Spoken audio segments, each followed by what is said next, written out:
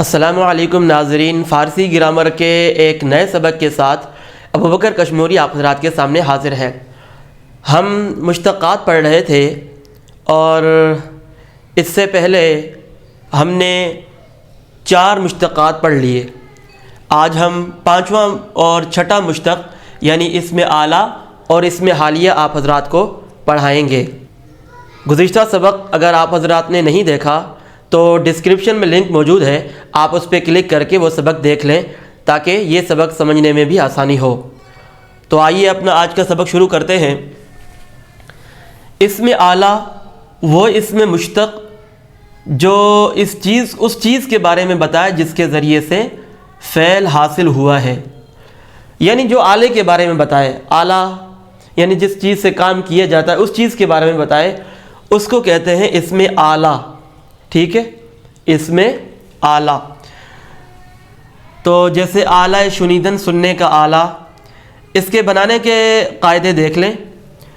مصدر کے شروع میں لفظ اعلیٰ لگا دیں، لفظ اعلیٰ، جیسے اعلیٰ شنیدن، سننے کا اعلیٰ۔ ٹھیک ہے، سننے کا اعلیٰ۔ اور کبھی جو ہے امر سے پہلے کوئی اسم لگا لیتے ہیں، امر سے پہلے کوئی اسم، جیسے تراش یہ ایک امر ہے، اور کوب یہ امر ہے۔ کوبیدن کا مطلب ہے کوٹنا۔ ٹھیک ہے، کوٹنا۔ تو تراش چھیلنا، تراشیدن سے نکلا ہے، یہ امر ہے۔ یہ تراشیدن کا مطلب ہے چھیلنا۔ قلم تراش، قلم چھیلنے کا آلہ، جیسے شارپنر کہتے ہیں۔ اسی طرح زر کوب، زر کہتے ہیں سونے کو۔ ٹھیک ہے، سونا، گولڈ، سونا کوٹنے کا آلہ۔ تو جو لفظ ہمیں کسی اوزار کے بارے میں بتائے، کسی کام کے، کسی آلے کے بارے میں بتائے، اسے کہتے ہیں اسم اعلیٰ۔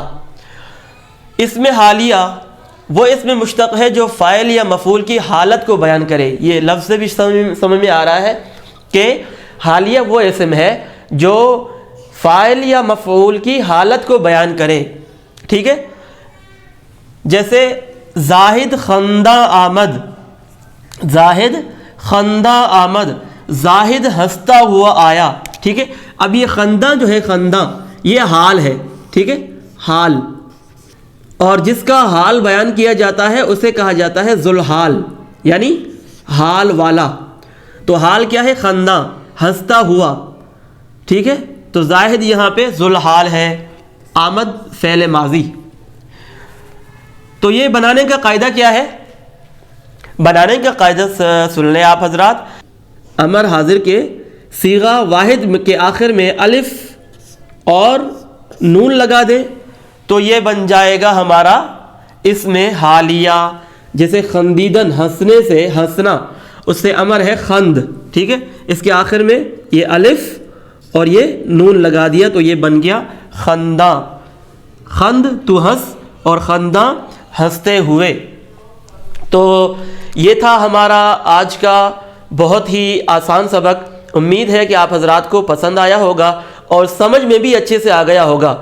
لیکن اگر پھر بھی کچھ سمجھ میں نہیں آیا تو آپ حضرات کمنٹ سیکشن میں پوچھ بھی سکتے ہیں۔ آپ حضرات ہمارے اس چینل کو سبسکرائب کریں تاکہ ہمارا ہر نیا سبق بر وقت آپ حضرات تک پہنچ سکے۔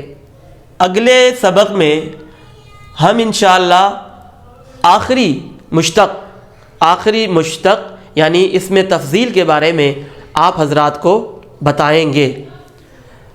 تو اپنا خیال رکھیے گا۔ السلام علیکم ورحمۃ اللہ وبرکاتہ۔